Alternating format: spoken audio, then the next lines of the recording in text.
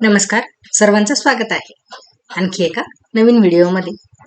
तर आजची रेसिपी पण खूप सोपी आहे आणि सर्व जे आहे ते आपल्याला घरीच तयार करायचं. म्हणजे पनीर पण मी घरीच तयार करणार आहे. त्याची पण जी पद्धत आहे ती खूप सोपी आहे, काही कठीण नाही. दुधाचे पाऊच आणलेले आहे, अर्धा लिटरचे 2 पाऊच आणले. घरचं जे दूध आहे, आपण दूधवाल्याकडून दूध घेतो तर ते जास्त घट्ट नसतं, त्याच्यामुळे त्याचं पनीर असं जसं व्हायला पाहिजे तसं होत नाही. त्याच्यामुळे हे पाकिटचं दूध आणत असते. आणि व्हिनेगर आहे, व्हिनेगर जर नसेल तर लिंबू वापरलं तरीही चालतं.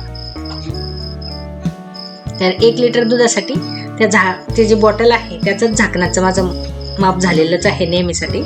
तर 3 झाकणं जर घेतले तर बरोबर होऊन जातं ते. आणि जास्त जर याचं प्रमाण वापरलं तर आंबटपणा येतो, तर त्याच्यामुळे हे पण कमी प्रमाणातच पाहिजे. त्याच्यामध्ये ते व्हिनेगर घेतलं एका वाटीमध्ये आणि त्याच्यामध्ये पाणी घेतलं. दुधाला उकळी आल्यानंतर गॅस पूर्णपणे बंद करायचा, मिक्स करायचं. आणि हे जे व्हिनेगरचं पाणी आहे, व्हिनेगर आणि पाणी मिक्स केलेलं, ते अगदी थोडं 2-3 वेळा टाकायचं.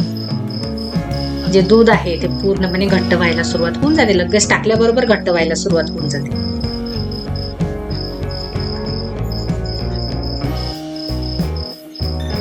गॅस पूर्ण बंद आहे.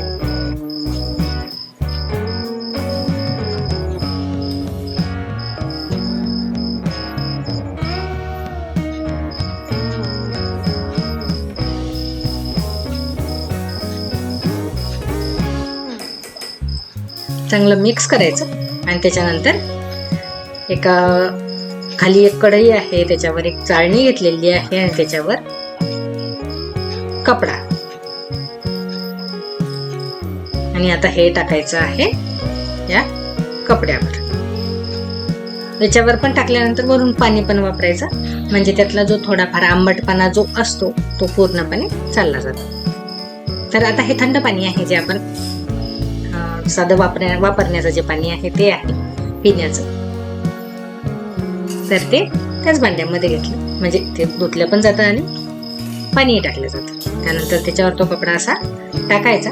आणि आता वजन दुसरं शोधण्यापेक्षा त्याच भांड्यामध्ये कढईतलं जे पाणी आहे ते टाकलं मी.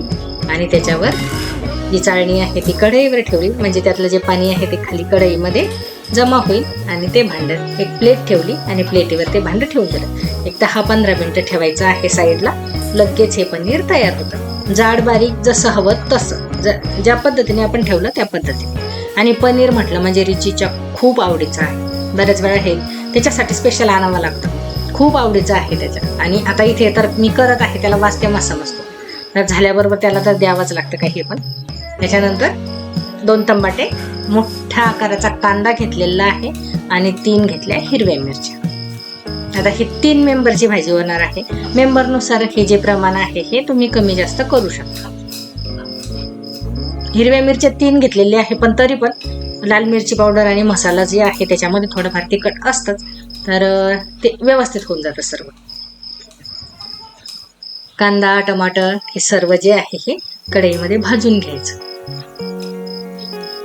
श्रावण महिना आहे, त्याच्यामुळे बरेच जण कांदा खात नाही, पण कांद्याशिवाय ही भाजी बनवणं शक्य नाही. तर तुम्हाला जर करायची असली तर, समजा खात नसाल तुम्ही कांदा, तर श्रावण महिना झाल्याच्या नंतर करू शकता.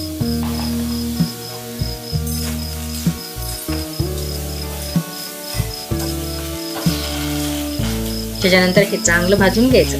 कांदा आणि टमाटर भाजलं की त्याच्यात थोडंसं भाजलं की हिरवी मिरची टाकायची आणि परत ते चांगलं भाजून घ्यायचं. मिरची जर सुरुवातीलाच टाकली थोडासा ठसका होतो, त्याच्यामुळे अगोदर कांदा टमाटर थोडंसं झाल्यानंतर मिरची टाकायची. हे चांगलं भाजून थंड होऊ द्यायचं.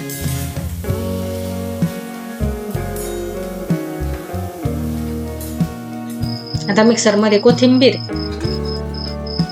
आणि त्याच्यानंतर हे जे भाजून ठेवलेलं आहे हे सर्व घ्यायचं आणि बारीक पेस्ट करायची मिक्सरमध्ये.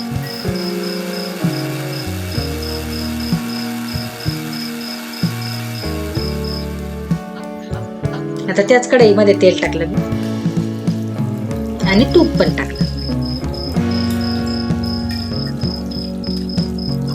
आता याच्यामध्ये काही खडे मसाले वापरायचे आहेत. तर त्याच्यामध्ये दालचिनी, म्हणजे कर्णफूल आहे ते, भेंडी विलायची, तमालपत्र, हे जो 2-3 आहेत तर ते इथे वापरणार आहे. मोठी विलायची, भेंडी विलायची म्हणतो कोणी, मोठी विलायची म्हणतो, तर ती वापरणार आहे. ते थोडंसं झाल्यानंतर जो मसाला मिक्सरमध्ये काढून ठेवलेला आहे, कांदा आणि टोमॅटो त्याचा, तर तो याच्यामध्ये टाकायचा.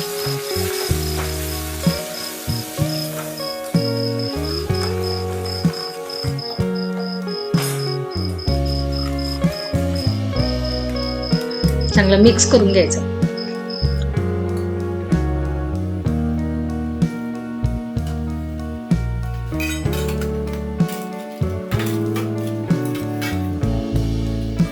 आणि आता इथे वापरणार आहे काही घरगुती मसाले. तर त्याच्यामध्ये हळद, लाल मिरची पावडर, त्यानंतर घरी केलेले मसाले आहेत ते वापरणार आहे. तर तुमच्याकडे हे नसतील तर मार्केटमध्ये गरम मसाला याचे पाकिट वगैरे मिळतात, तर ते तुम्ही सहज इथे वापरू शकता. रेची पण बघत आहे बाईट. हे मसाले होतात तोपर्यंत जे पनीर आहे त्याचे जसे पाहिजे तसे काप करू शकता.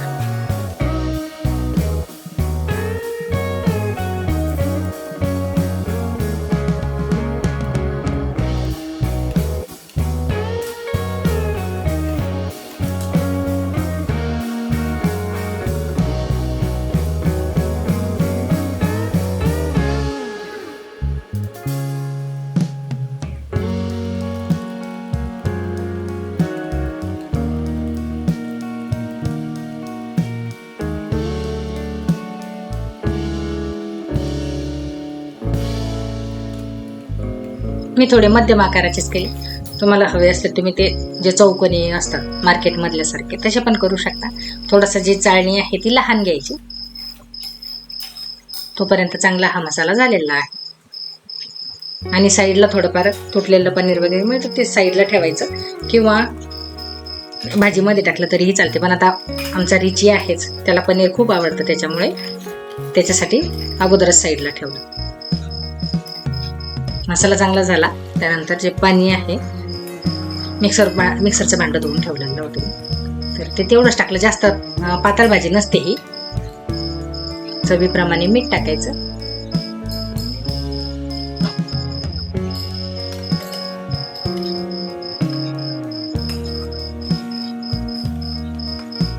आणि आता पनीर जे आहे ते टाकणार आहे. बरेच जे आहेत ते पनीर तळून घेतात. मला तळलेलं पनीर नाही आवडत जास्त, असंच कच्चं चांगलं लागतं भाजीमध्ये. तुम्हाला जर आवडत असेल तर तुम्ही हे पनीर थोडंसं भाजून घेऊ शकता. असं थोडंसं भाजल्यासारखं करतात. तर आवडत असेल तर तसंही केलं तरीही चालतं, पण आवड असते प्रत्येकाची. मला नाही आवडत. ही भाजी होते तोपर्यंत पोळ्याचं कणिक वगैरे मळून घेते. आणि जास्त वेळ काही लागत नाही, पनीर शिजायला काही जास्त वेळ लागत नाही, अगदी 2-3 मिनिटामध्येच नंतर होऊन जाते. तर आता ही भाजी शिजलेली आहे, तर ही साईडला ठेवायची आणि पोळ्या करून घ्यायच्या. गरम गरम भाजी आणि पोळ्या तयार होऊन जातात. तर हा व्हिडिओ कसा वाटला कमेंटमध्ये नक्की सांगा, आणि रेसिपी कशी वाटली ते पण सांगा. भेटू परत पुढील व्हिडिओमध्ये. तोपर्यंत धन्यवाद.